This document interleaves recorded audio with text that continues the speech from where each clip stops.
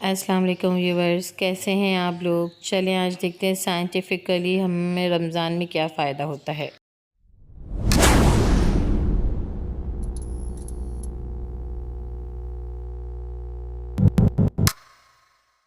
تو کیا آپ جانتے ہیں کہ رمضان کے 30 روزے رکھنے سے ہمارے شریر پر کیا اثر ہوتا ہے؟ اس پر جاپانی سائنسدان نے ایک بڑی کھوج کی ہے جس کا جاننا ہر مسلمان کے لیے بے حد ضروری ہے۔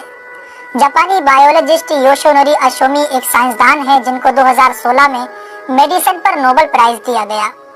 ان سے جب پوچھا گیا کہ آپ نے کون سی ایسی چیز بنائی ہے جس کی بنا پر آپ کو دنیا کا سب سے بڑا انعام نوبل پرائز دیا جا رہا ہے، تو انہوں نے کہا تھا کہ میں نے کینسر کی ممکنہ دوا کھوج لی ہے، اور اس بات پر دنیا نے بڑے پر انداز میں ان کی کاوش کو سراہا اور مبارکباد دی گئی۔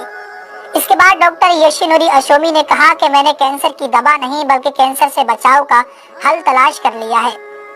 تو لوگوں نے ان سے پوچھا کہ بتائیے ایسا کیا کیا جائے کہ کینسر جیسے خطرناک مرض سے بچا جا سکے؟ تو انہوں نے کہا کہ جب ہم بھوکا رہتے ہیں تو ہماری باڈی میں موجود غذائیت ختم ہونے لگتی ہے، جس کی وجہ سے جسم بھوک محسوس کرتا ہے۔ اگر اس بھوک کے دوران جسم تک کھانا نہ پہنچے تو ہمارا جسم بھوک کی شدت کی وجہ سے اپنے اندر موجود ان زہریلے سیلز کو کھانا شروع کر دیتا ہے جو کینسر کا سبب بنتے ہیں۔ اس عمل کو میڈیکل کی لینگویج میں آٹوفیگی کہا جاتا ہے۔ اگر آپ چاہتے ہیں کہ آپ کا جسم ایسے بیمار سیل سے پاک ہو تو آپ کو بھوکا رہنا چاہیے۔ جب ایسے سیلز مرنا شروع کر دیتے ہیں تو کینسر کا پرسنٹیج کم ہو جاتا ہے۔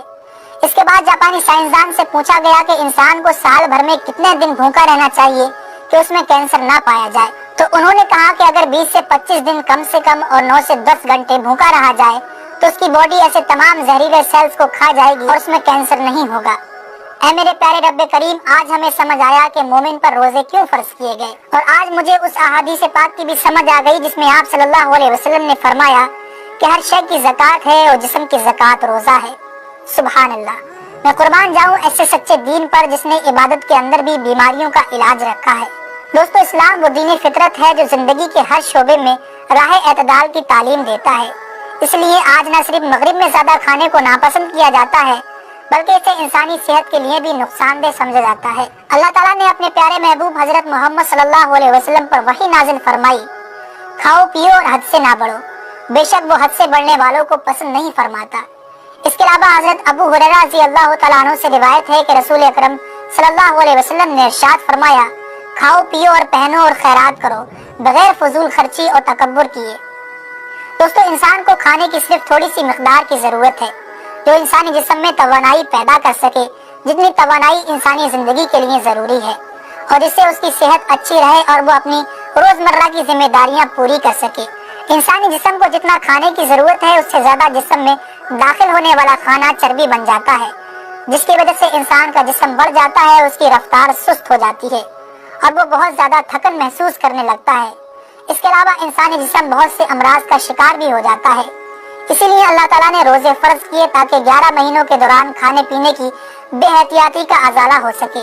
قرآن پاک میں اللہ تعالیٰ نے روزے رکھنے کا حکم ان الفاظ میں بیان فرمایا ہے، اے ایمان والو، تم پر روزے فرض کیے گئے جیسے کہ تم سے پہلوں پر روزے فرض کیے گئے تھے تاکہ تم پرہیزگار بن جاؤ۔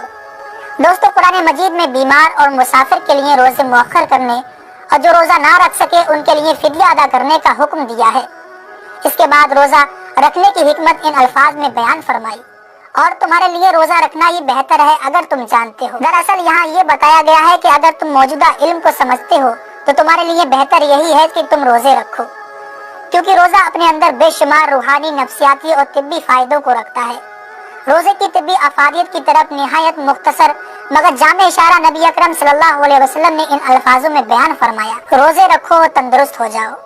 اللہ رب العالمین ہم سب کو اس مہینے میں زیادہ سے زیادہ نیکیاں کرنے اور سارے روزے رکھنے کی توفیق عطا فرمائے، آمین ثم آمین۔ تو کیا چلیں چلتی ہوں، دعاؤں میں یاد رکھنا، پھر ملیں گے ایک مزیدار ویڈیو کے ساتھ۔